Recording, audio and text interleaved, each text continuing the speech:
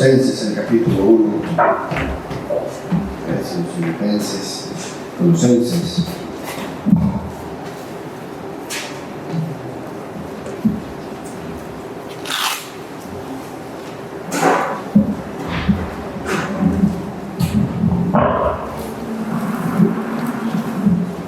Amén. Tenemos Colosenses, el capítulo 1.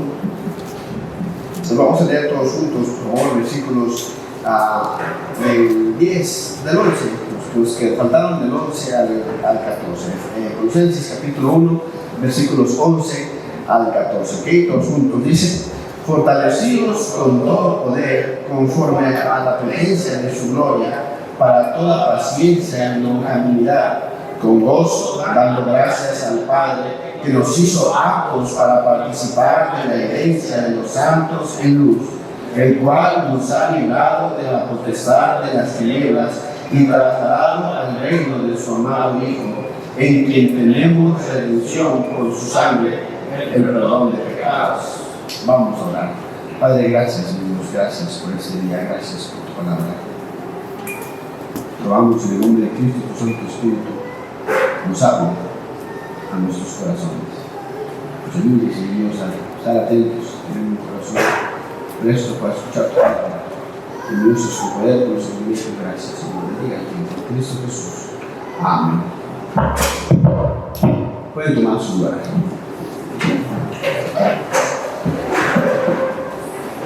En la mañana veíamos la oración de Pablo hacia el creyente, intentando ver por su necesidad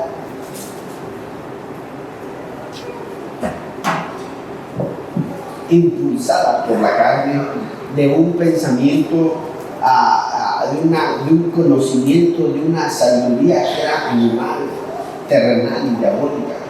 Y ellos podían llegar y hacer y deshacer, y el pastor de la iglesia de Colosas estaba batallando como tú no tienes una idea. Y entonces llega a Pablo pidiendo ayuda y comienzan con una bendita oración, pidiendo a Dios que el creyente logre por su gracia ser lleno del conocimiento de su voluntad. Y veíamos lo que era ser lleno del conocimiento de su voluntad. Veíamos el aspecto de acercarse más a Cristo. Veíamos que ser lleno del conocimiento de su voluntad involucra o da, más bien dicho, el hecho de la sabiduría y la inteligencia, dos términos importantes que nos ayudan a discernir el bien y el mal y a ver las cosas bajo la lupa divina y discernir qué era lo bueno, perfecto y agradable delante de Dios, dándonos entonces los beneficios de las peticiones en el versículo 10, en el versículo 10. Y entendiendo eso, Dios pone en el creyente la responsabilidad de vivir como es digno. No pinta, decíamos en la mañana, nunca la Biblia pinta la vida del creyente como niños en Cristo, bebecitos espiritualmente hablando. Siempre nos da la oportunidad de crecer y conocer a Dios. Y de esta misma manera, Dios en su palabra, bajo inspiración divina, nos pinta precisamente la responsabilidad del creyente de vivir de una forma agradable, digna delante de Dios, con buenas obras, con frutos de arrepentimiento, con frutos del Espíritu Santo, para poder ser creyentes que demos fruto que abunde a nuestra cuenta, logrando así ser creyentes plenos del poder de Dios.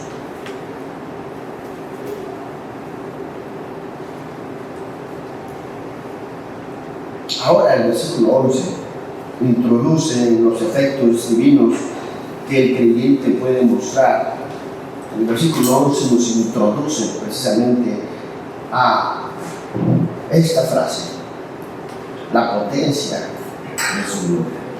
Nota ahí lo que dice el texto: fortalecidos con todo poder, conforme a la potencia de su gloria. La gloria de Dios es el conjunto de perfecciones que expresa lo que Él es.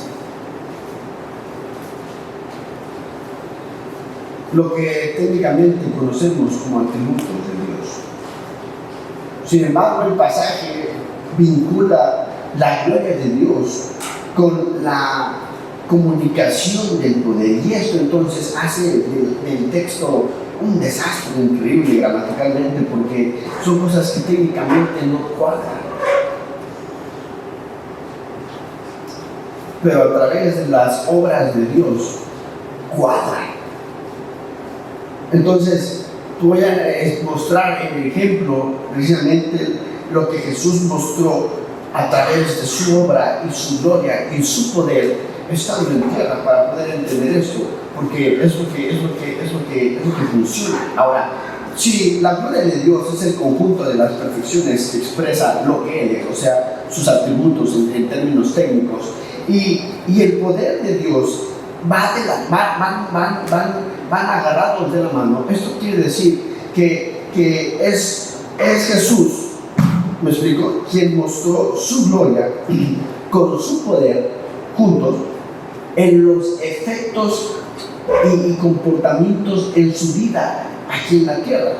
Jesús mostró su gloria y su poder en su omnisciencia, usando un atributo, cuando le dijo a Lázaro, después de estar 4 días muerto, Lázaro, ven fuera. ¿Me explico? Jesús mostró su gloria y su poder bajo la omnisciencia en la conservación de todas las cosas. Y continuó Jesús, mostró su gloria y su poder bajo la omnisciencia en sus justos juicios, dando así la expulsión del diablo del cielo y mandándolo a la tierra, cuando castigó a Sodoma y a Gomorra, cuando ejerció justicia sobre los soldados de Faraón, cuando compartió la vida de su hijo para morir por usted y por mí, cuando da el compromiso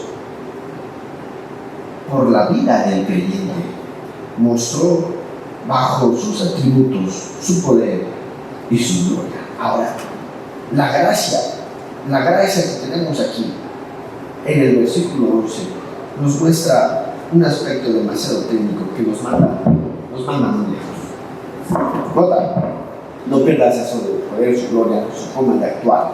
Dice el versículo: fortalecidos en todo poder conforme a la potencia de su gloria, y este es el motivo para toda paciencia y longanimidad. Lo que el versículo 11 quiere enseñarnos es que Dios da los recursos necesarios para servir en cualquier circunstancia. Ahora, el hecho de servir implica en un aspecto, no como Pablo se presentaba, yo Pablo siervo de Jesucristo, sino más bien haciendo de la persona alguien útil. Dios da a la persona la oportunidad de ser útil, le da todas las herramientas necesarias al creyente, porque Él es poderoso y tiene atributos, ¿me explico?, dándonos a nosotros entonces todas las herramientas necesarias para poder hacer algo por Dios. En este caso hay 2 cosas muy importantes que el texto nos enseña. Número 1 es la paciencia, y número 2, longanimidad. Ahora, ¿qué son estas cosas? La paciencia es algo que no todos tenemos, ¿verdad? La paciencia es la capacidad que permite mantener a alguien firme bajo un peso. Esa es la idea de perseverar en la fe, bajo cualquier tribulación, bajo cualquier aflicción, bajo cualquier circunstancia.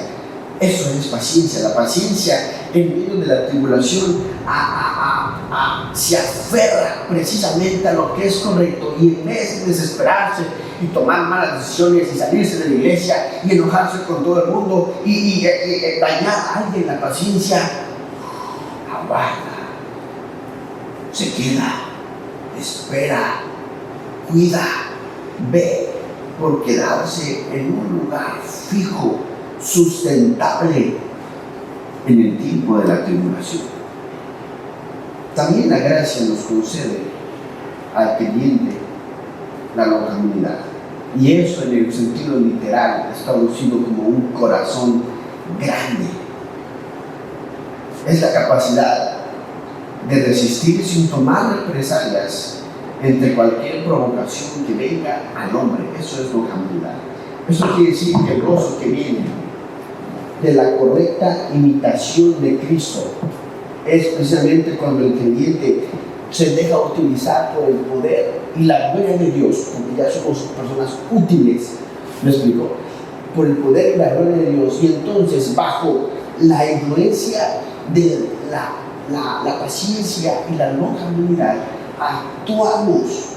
Ya vimos que Dios nos dota de conocimiento, Dios nos dota de sabiduría, Dios nos dota de inteligencia para vivir una vida agradable a Dios. Ahora tenemos la teoría a la práctica, la forma en la que actúo, en la forma en la que llevo mi vida delante de Dios agradable, como es digna, santa, es a través de dos términos importantísimos: la paciencia y la longanimidad.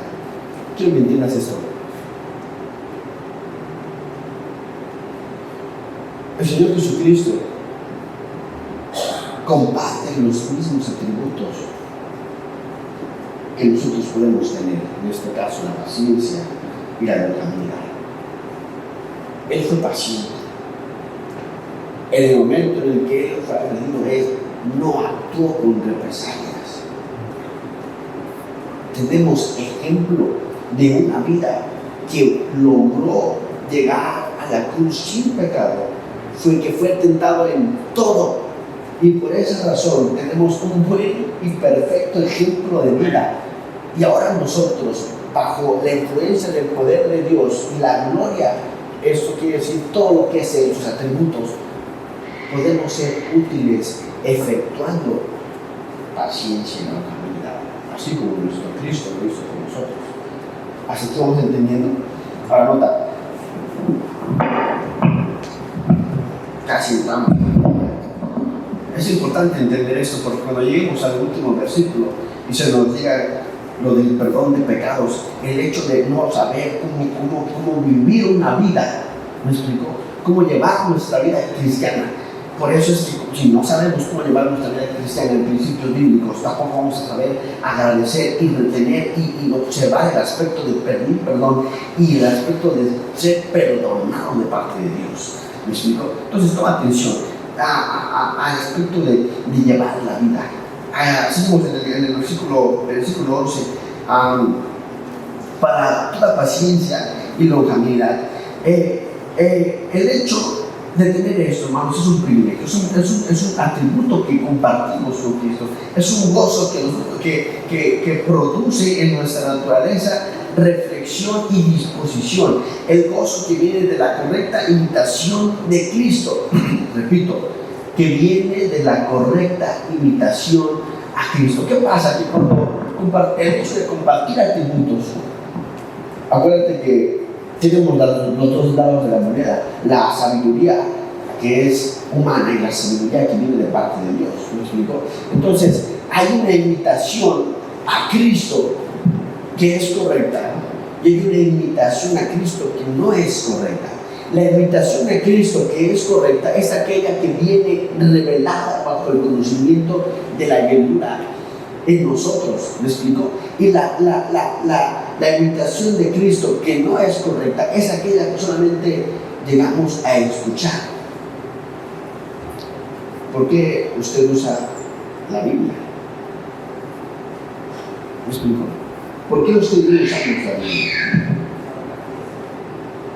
Es algo, un deseo de nosotros escuchar de la palabra de Dios, acercarnos a lo que es la palabra inspirada por Dios, o es algo que hemos escuchado, es algo que hemos comprobado. Realmente el hecho de leer la Biblia, puedo decir que Dios me habla de su palabra, o solamente imito el hecho de usar la Biblia.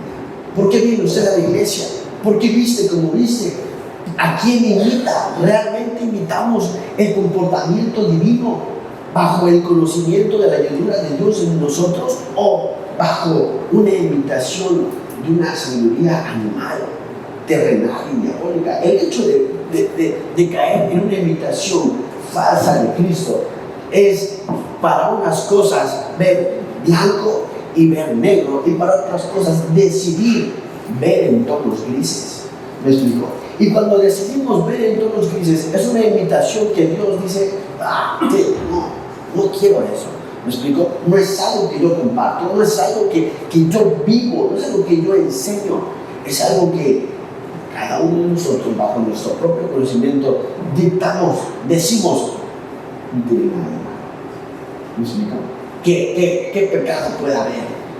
¿Qué efecto puede encontrar aquí? ¿Qué comportamiento erróneo puedo soportar? Y entonces entramos en problemas. Cuando vemos la doctrina de la separación, hay un término que trabaja muy personal con cada uno de nosotros, con cada una de nuestras decisiones, con cada una de las cosas que nos separan de esto. Y este término, se me fue el nombre, relativo, la relatividad en la doctrina de la separación. La relatividad en la doctrina de la separación, hermanos, indica el aspecto físico, personal, ¿me explico?, de cómo sobrelleva las instrucciones divinas. ¿Te explico eso? Supongamos, la palabra de Dios dice, bueno es al hombre no tocar mujer. ¿Me explico? Bueno es al hombre no tocar mujer. Entonces, uno, bajo la doctrina de la separación, la iglesia te dice, por si las traes, hombres de este lado, mujeres de este lado. ¿Me explico? Allá arriba los jóvenes, nadie, no tienes por qué andar salvando una amiguita de besito, por cuestiones de cuidado. Pero a unos se nos hace fácil, tanto como padres como hijos, permitir ciertas cosas o hacer como hijos hacer ciertas cosas.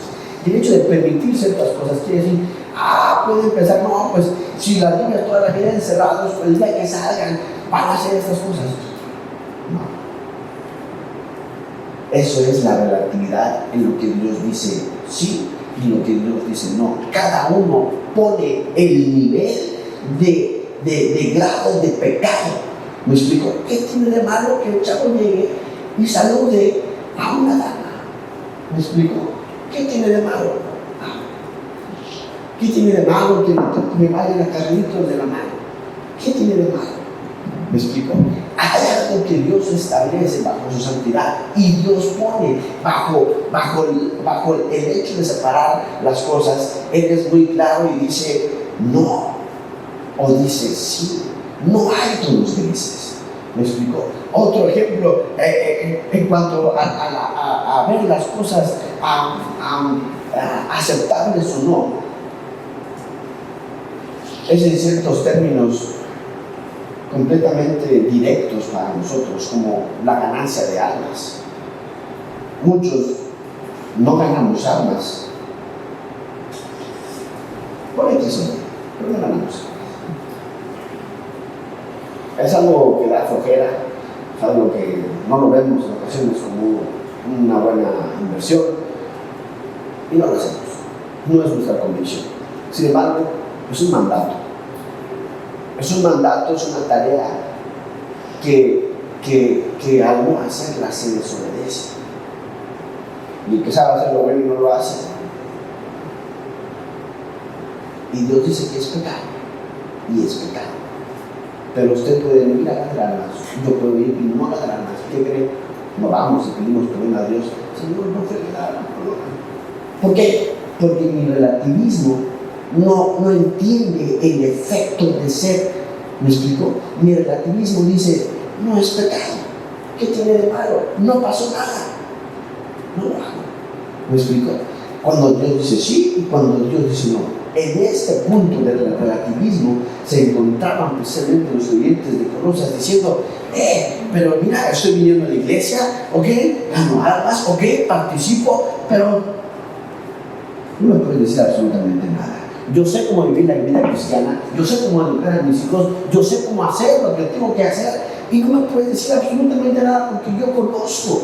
Dice la palabra de Dios, mira, este asunto del relativismo es un asunto controversial en el creyente, no en Dios, porque Dios es muy claro en lo que dice. Es un asunto controversial en el creyente que llevado a través de su carne toma malas y pésimas decisiones. Eso de ver las cosas en tonos grises no es más que pura carnalidad. De tal manera que actuar bajo el poder de Dios, la gloria de Dios en nosotros, nos va a llevar a un efecto de paciencia y longanimidad en todo.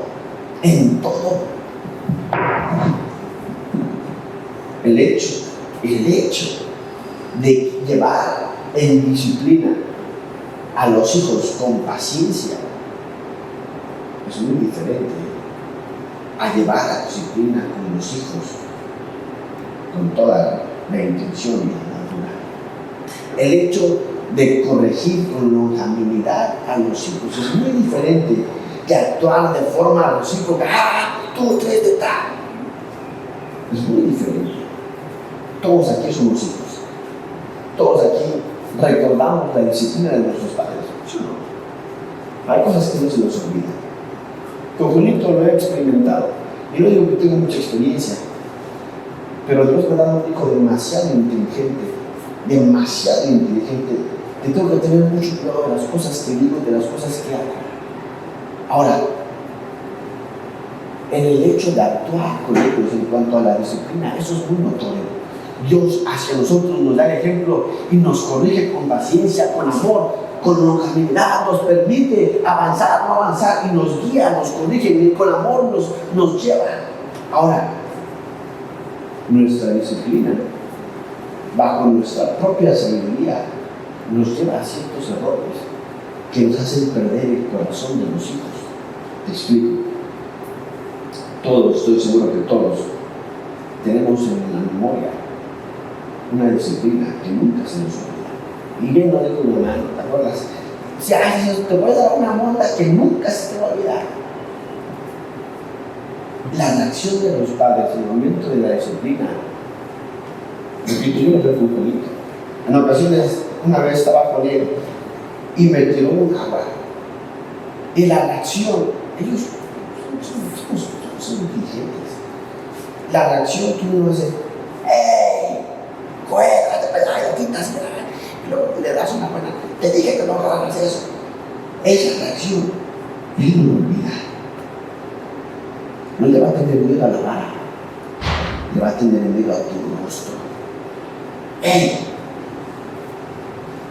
Y yo estoy seguro que si usted algún día su padre le dice que no olvida el rostro de su padre o de su madre, mientras hacía la vara, te deja chaval. Porque es una mala disciplina. Es una mala disciplina. De grandes, de jóvenes, el hecho de disciplinar a los hijos es un poquito más difícil, pero no se aleja de la paciencia y de la longanimidad de Dios. Así como nosotros como padres vemos la disciplina directa de parte de nosotros que con amor nos corrige, queremos agarrar a nuestros hijos jóvenes y darles en la torre. Ahora, el hecho de ser relativos en la manera de vivir nos lleva a caer en el hecho de ser sabios en nuestra propia opinión. Ser sabios en nuestra propia opinión. Yo sé cómo disciplinar a mis hijos. Yo sé cómo vivir la vida cristiana.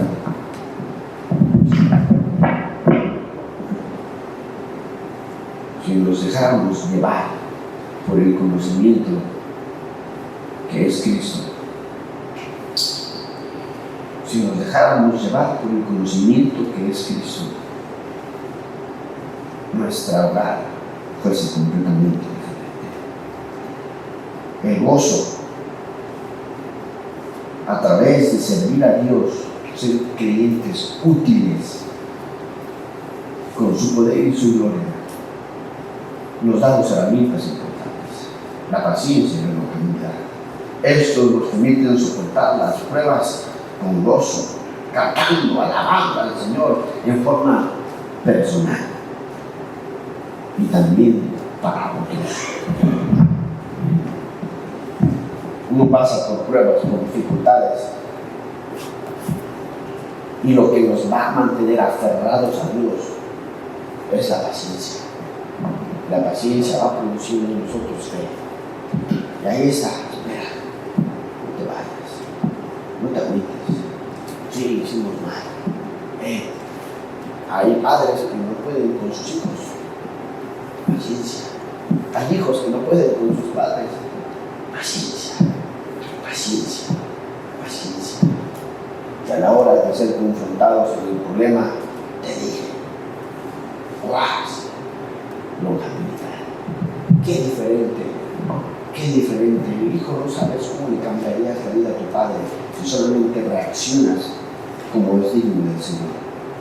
Y padre, no te imaginas la gracia que serías a tu familia si solamente viviéramos como es digno del Señor. Una vida completamente diferente. Versículo 12. Ya que vemos el beneficio de conocer a Dios, Pablo nos da por el cual hay que ser agradecidos. Desde el versículo 12, Colosenses capítulo 1, versículo 12, con gozo llevas las cargas, con gozo llevas las dificultades, con gozo llevas tu vida cristiana, con gozo vienes a la iglesia sin ningún peso, sin mojado, no importa. Cristo vive en mí, con gozo lo llevas. Y dice la palabra de Dios en 12, con gozo, dando gracias al Padre que nos hizo ¿qué? Aptos para participar en la herencia de los santos.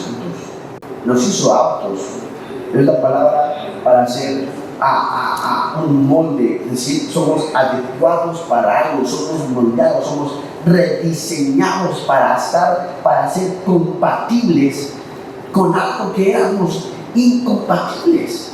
¿Me explicó? Ahora Dios nos hizo compatibles, nos hizo aptos, completos, suficientes para ser capaces de participar en la herencia divina. Nota lo que dice Efesios el capítulo 2, versículos 2 y 13. Rápidamente, Efesios el capítulo 2, versículos 2 y 13. Dice, en aquel tiempo estabais sin Cristo, alejados de la ciudadanía de Israel y ajenos a los pactos de la promesa, sin esperanza y sin Dios en el mundo. Pero ahora en Cristo Jesús, vosotros que en otro tiempo estabais lejos, habéis sido hechos cercanos por la sangre de Cristo. ¡Qué bendito molde! De ser personas lejos de la herencia divina, de ser a un cero a la izquierda, el Dios nos agarró, nos trabajó, nos volvió y nos da ahora absolutamente todo, no solamente para hacer de este lugar una vida mejor, sino para ahora llevar mi trabajo terrenal a una esperanza eterna, al cielo, al lugar donde estaremos morando con el Hijo del Rey de Reyes y Señor de Señores, al lugar eterno donde se me ha prometido la vida eterna. Ahora, este molde es un molde singular.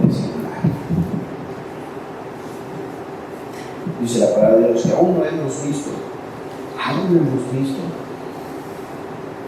esa transformación, pero llegará el día en el que seremos transformados y llegaremos al cielo, y entonces en un abrir y cerrar de ojos nuestro cuerpo será unificado, completamente espiritualizado, y podemos llegar delante de Dios puros, limpios, sin mancha. Algo que no era compatible se ha hecho ahora compatible por el poder y la gloria de Dios. Dice el versículo 12, la siguiente parte: nos hizo aptos para participar en la herencia de los santos. Esta aproximación a la herencia eterna fue precisamente gracias a Cristo, dándonos vida, nos salvó, para después adoptarnos para participar de la herencia eterna. Y esto es un recordatorio. Eso es un recordatorio. Luego pasa gente aquí que dice: recuerda tu salvación, recuerda el día de salvación. esto es un recordatorio. Es importante eso. ¿Por qué? Porque no vamos, nos dice la palabra de Dios, hey, velad, el día está cerca, velad, pronto viene Cristo, velad. ¿Por qué? ¿Por qué se vela? ¿Por qué estamos así? ¿Por qué tenemos que estar preparados para la venida de Cristo? Porque el tiempo es corto y las obras se nos van. La oportunidad de vivir diferente la perdemos. La oportunidad de ser alguien realmente en este mundo se nos va. Velad, Cristo viene. Recuerda tu salvación. Vive por ti. Somos un molde ya rediseñado para esperar el día en el que Cristo venga como ladrón en la noche a llevarnos. Y entonces se nos dirá, ¿qué hicimos? ¿Qué hicimos? ¿Qué hicimos? El capítulo 12 es un recordatorio, nota 13, el cual nos ha librado, esta adopción nos ha librado de la potestad de las tinieblas y trasladado al reino de su amado Hijo. Ese es su bendito trabajo. ¿Te acuerdas de dónde estábamos? Sin Cristo en nuestro corazón. Directito al infierno y sin escala, al lugar de tinieblas, y Él nos manda en este nuevo mundo a la luz, a la gloria con su Hijo, con sabiduría. Entonces viva su vida. Tenemos todo. Dice el apóstol Pablo, entonces con sabiduría viva su vida. Con inteligencia piense lo que hace, y bajo el poder de Dios y la gloria actúe. Y luego viene muy singular para terminar el versículo 14. En quien tenemos ¿qué? Redención. En quien tenemos redención por su sangre, el perdón de pecados. La redención, hermanos, no es una posibilidad. La redención ya es una posesión en el creyente. Tenemos redención. Romanos 3:23, Romanos 3:23, leo, nota lo que dice. Por cuanto todos los pecados están destituidos de la gloria de Dios, siendo justificados gratuitamente por su gracia, mediante la redención que es en Cristo Jesús, a quien Dios puso como propiciación por medio de la fe, es necesario para manifestar su justicia a causa de haber padecido pasado por alto en su paciencia, nota, por pecados pasados. El Padre entregó en un acto de amor a su Hijo. El Hijo se entregó voluntariamente por el pecado. Cristo fue puesto como víctima, su sangre libre de pecado fue derramada completamente en la cruz. El carácter sustituto, Él fue llamado maldito. El hecho de estar colgado de un madero y cargar los pecados de todos nosotros, ¿me explico? Ese es el carácter sustituto, fue llamado maldito. La redención costó la vida del Salvador. La deuda fue saldada. La sangre de Cristo cancela toda condena en nosotros, restaura la paz con Dios. No existe ahora condenación para el creyente. El creyente ahora lo tiene absolutamente todo para vivir una vida santa, agradable y digna delante de Él. Lo tiene todo.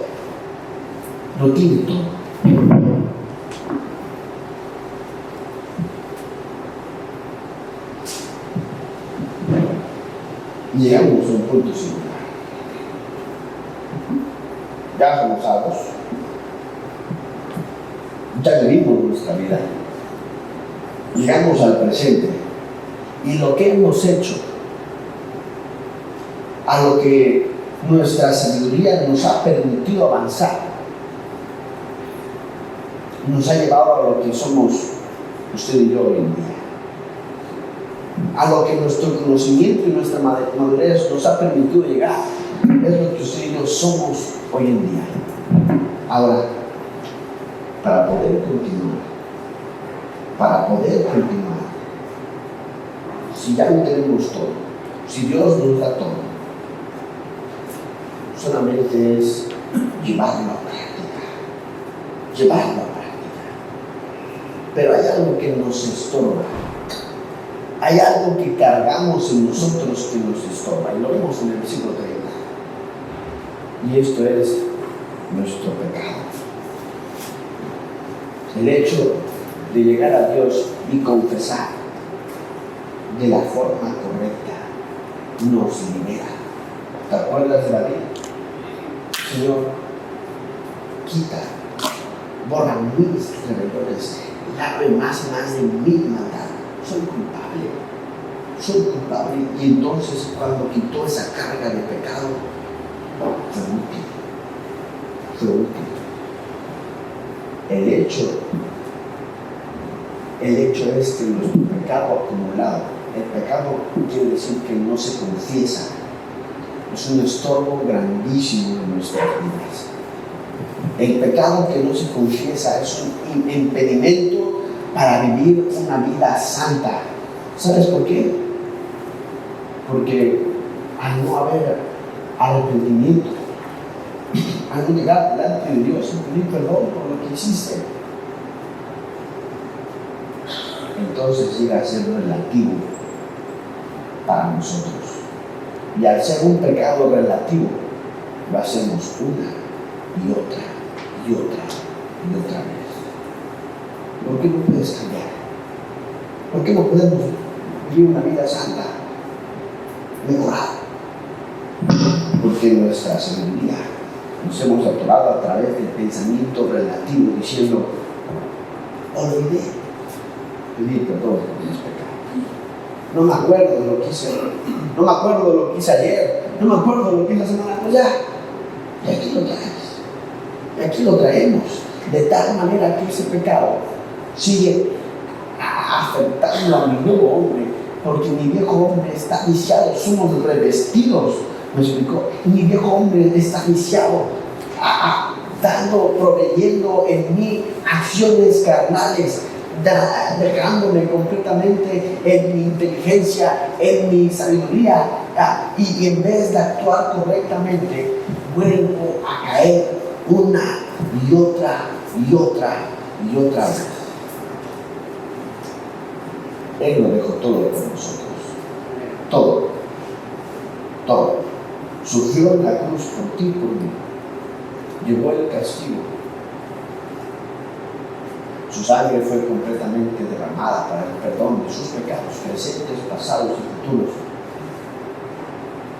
Y tenemos la oportunidad de vivir completamente diferente. Pero termina el apóstol Pablo diciendo: este es un misterio que me es revelado a mí. Es un misterio que me es revelado a mí, y para mí es una carga, dice el apóstol Pablo, ver a creyentes gentiles alcanzados por la misericordia de Dios negar el comportamiento divino. Para él fue un golpe. Decir como alguien que no era heredero del cielo, como alguien a quien no se le había abierto las puertas, como alguien a quien tenía Dios separado de su pueblo, y por su misericordia Él nos extendió la mano y nos juntó. Como alguien entendiendo esto puede vivir la vida como se le pegue su regaladísima gana. Como alguien teniendo el infierno garantizado, y luego él, que fue alcanzado por misericordia y entender el sacrificio de Cristo, puede ignorar las promesas de Dios para su vida, puede ignorar las consecuencias de Dios para su vida, puede ignorar la obra de Cristo en su vida. ¿Cómo es posible? ¿Cómo es posible? ¿Cómo es posible? Recuerda versículos 2 y 13. Cristo viene. Cristo viene pronto.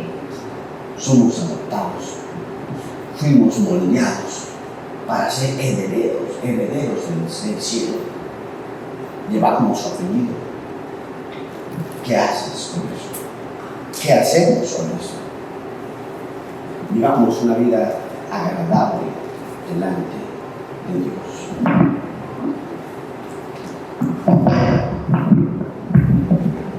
El creyente lo tiene todo. Todo para vivir una vida sana. Y tenemos un Dios que es justo. Tenemos un Dios que es verdadero. Tenemos un Dios que es luz. Y que lo ve todo. Y a Él no le vamos a poder engañar. Entiendan, no le vamos a poder engañar. Él lo ve todo. Lo que hacemos aquí es para un día ser trabajado ya, recompensado ya. Son beneficios allá. Aquí. Inviertan en el tema. Inviertan en el tema. Cambiemos. Necesitamos conocer a Cristo. Vale la pena. Vamos a orar. Padre, gracias Dios por este día. Gracias Dios por tu palabra. Gracias Señor por tu buena mano que tienes a bien obrar en cada uno de nuestros corazones, en cada una de nuestras vidas. Te ruego en el nombre de Cristo, mi Dios, Santo Espíritu, los guíes a vivir en rectitud, andar como es digno, a ver por tu misericordia y por tu bondad, a llevar a la práctica el conocimiento que viene de parte de ti, bajo la inteligencia y la sabiduría, y poder, con el poder y la gloria de Cristo, vivir usando la paciencia y la longanimidad. Ayúdanos, Dios. Ayúdanos. El tiempo es corto. Habrá alguien que diga, Pastor Amos, yo no sé dónde iría mi alma después de la muerte.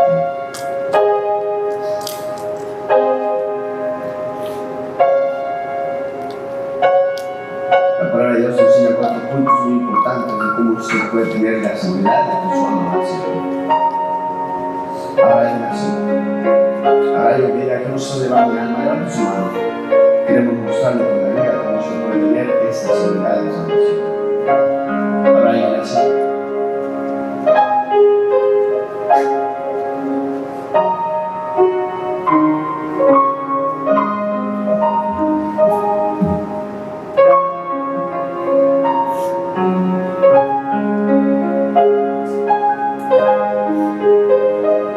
Para que el creyente sea capaz de andar como es digno, necesita conocer a Dios. Necesita entender que la salvación es un regalo que Dios da, no esperando nada a cambio. Él murió por amor por usted y por mí.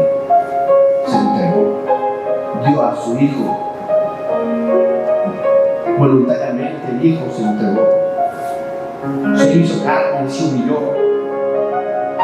Derramó su sangre en la cruz. Murió para el perdón de nuestros pecados, para poder así librarnos,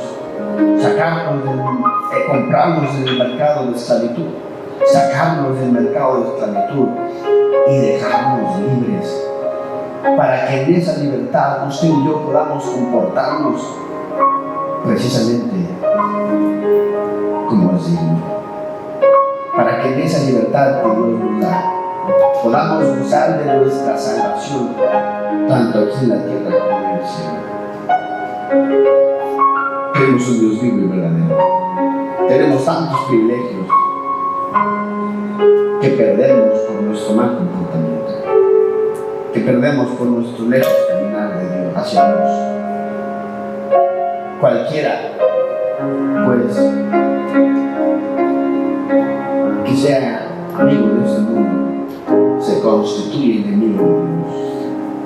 Y en vez de conocer a Dios, en vez de acercarnos a Él, en vez de vivir correctamente, preferimos una amistad que para nada es buena. Búsquenos. Busquemos una vida santa que habrá delante de Él. Porque el tiempo es corto. Porque la vida es corta. Hagamos algo por Él. Padre, ayúdanos. Ayúdanos, Dios. Bendiga el tiempo. En Cristo Jesús. Amén.